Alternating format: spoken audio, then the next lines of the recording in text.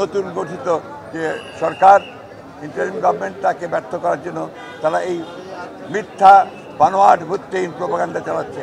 জনগণের কাছে আমাদের আবেদন, আপনারা কেউ বিভ্রান্ত হবেন না, অত্যন্ত ঐক্যবদ্ধ থেকে এই যে মুক্তি হয়েছে গণজাগরণে তাকে সুসংগত করার জন্য কাজ করবে। নতুন যে একটা বৈপ্লবিক সরকার, নতুন যে ইন্টারিম গভর্নমেন্ট স্থাপিত হয়েছে অন্তর্বর্তীকালীন সরকার, সেই অন্তর্বর্তীকালীন সরকার সমর্থ হবে বাংলাদেশের যে ক্রীড়াঙ্গন, সেই ক্রীড়াঙ্গনকে সঠিকভাবে সামনের দিকে এগিয়ে নিয়ে যাওয়ার, এবং আমরা তাকে সর্বাত্মক সহযোগিতা করব।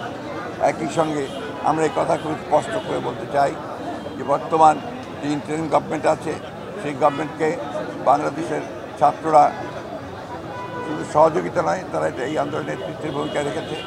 রাজনৈতিক দলগুলো আমরা দীর্ঘ 15 বছর ধরে আমরা ত্যাগ স্বীকার করছি, আমাদের অসংখ্য নেতাকর্মী প্রাণ দিয়েছে, এবং আজকে এই আন্দোলনে আমাদের ভূমিকা ছিল অত্যন্ত গৌরবান্বিত।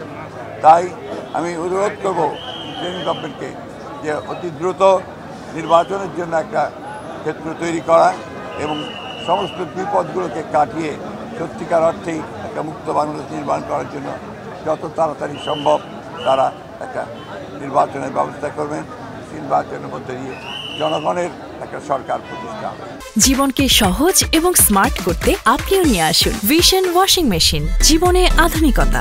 আমি আপনাদের সকলকে সেই প্রতিবিপ্লবের যে আশঙ্কা, সেই আশঙ্কা থেকে দেশে মুক্ত করবার জন্য অত্যন্ত সজাগ থেকে রাস্তায় থেকে আমি সেই তাদের যে চক্রান্ত শুরু হয়েছে সেই চক্রান্তকে প্রতিরোধ করবার সকল ব্যবস্থা গ্রহণ করবেন। জনগণের কাছে আমার এই হচ্ছে প্রত্যাশা। বকওয়াজ নিজে যখন ব্যর্থ হন সেই তখন তারা অন্যের ঘাড়ে দোষ চাপানোটা তাদের এটা একটা বৈশিষ্ট্য।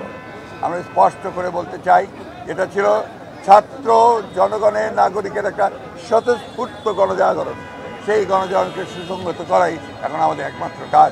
শেখ হাসিনা বলুন আর অন্যান্যরা বলুন, তারা সবাই এখন এটাকে বিভ্রান্ত করার চেষ্টা করবে।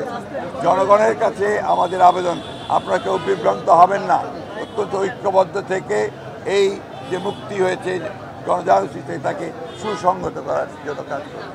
এটা হচ্ছে আপনার ফেক প্রোপাগান্ডা, বাংলাদেশের গণজাগরণকে, এই অভ্যুত্থানকে নস্যাৎ করার জন্য, তাকে ব্যর্থ করার জন্য, এবং এই নতুন গঠিত যে সরকার ইন্টারিম গভর্নমেন্ট তাকে ব্যর্থ করার জন্য তারা এই মিথ্যা বানোয়াট ভিত্তিহীন প্রোপাগান্ডা চালাচ্ছে। তবে আমার বিশ্বাস বাংলাদেশের মানুষ এবং বিশ্ব জনমত তারা কেউ এটাতে বিশ্বাস করবেন না। আপনাকে ধন্যবাদ।